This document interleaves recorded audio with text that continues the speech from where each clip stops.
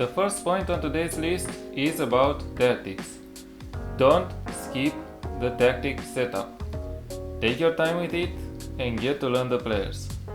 This goes hand in hand with checking your squad. And what I mean by this is going to the squad section and start filtering the players out. The way I do it is go first goalkeepers, then defenders, midfielders and attackers. What I also do is taking notes, either in a Word document or directly into the game. This will give you great insight on your players.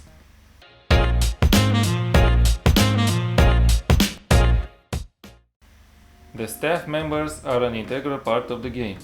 Getting them wrong or misplaced, and the players will never fully develop or the team will never play as you wish. I have mentioned earlier the delegating part. There's nothing wrong in doing that, but just make sure you have the best possible staff members to delegate to. What I always do is going through each staff category and check each role one by one. I start checking with the head of youth development, and then I move to the assistant manager and then go from top to bottom in each category. This will give me great insight on the attributes, the personality, the tactical preferences, where it applies, and then I decide if I'm going to keep that person or not. I usually terminate part of the contract here and launch messages in which I want people to apply for jobs, and then I go through those applications as well, because I need the staff members to fit my playing style for each of the clubs that I'm managing.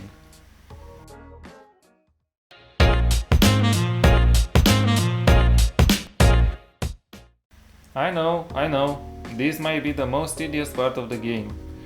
Until recently, I didn't even touch it, to be honest.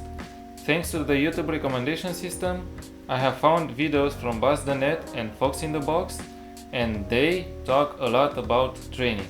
I've started with importing training schedules, but then I slowly moved to creating my own calendar, and trust me, this is a game changer. I know most of you don't want to do it. In my opinion, it should be done in the first day on the job. The way I do it is go month by month and arrange my training sessions depending on the type of games and the number of games that I have during that month. Of course, you can delegate this to the assistant manager. He's doing a great job of planning the training sessions, but during the season you have a lot of changes in the schedule. You have a lot of match congestions at some point, especially in England where you play without a break, and the assistant manager is planning the training for the whole season. He's not going month by month and reacting to the changes in your game schedule.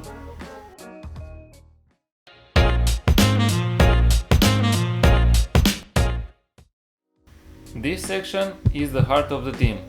Checking it at the beginning of the save could give you great insight on the player's happiness, wishes, the general atmosphere and dressing room hierarchy. By checking the last one, you get a pyramid-like display in which the team leader or the leaders are shown at the top, and going down the pyramid, the social groups are differentiated into types of influencing or influenced players. What I like doing at the beginning of the save is holding the introductory team meeting. In this way, I boost the morale of the players, and I ensure that after I'm doing the code of conduct, it won't come into play and harm the morale. If you go to the code of conduct and you are doing it before the team meeting, the players will feel really hurt of the things that you are putting there in that code. I can't do it here, but you are prompted 1 or 2 days after you started the job by the assistant manager to do it.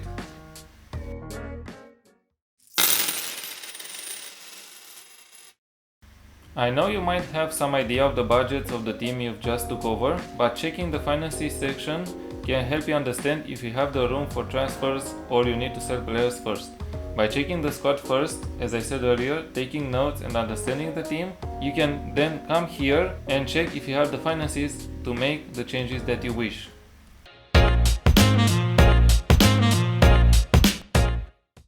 At number 6 and the last one, we have the development center.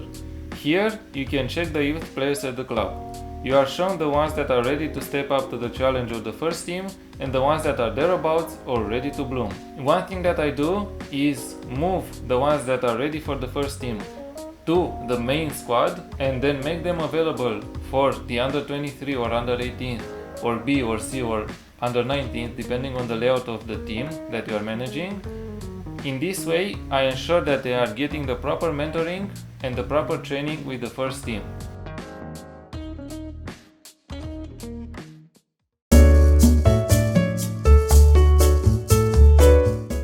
You thought this was all, didn't you? Just two more quick mentions. Setting up your scouting assignments and your staff responsibilities. I tend to not do them during my first day on the job, as mentioned earlier. I do terminate some of the staff members' contracts or look to hire more. Thus, setting these two up in the first day would be a bit counterproductive, as I would still need to tweak later on. But they are honorable mentions, as they are an important part of managing the club, so you might wanna take them into account as well.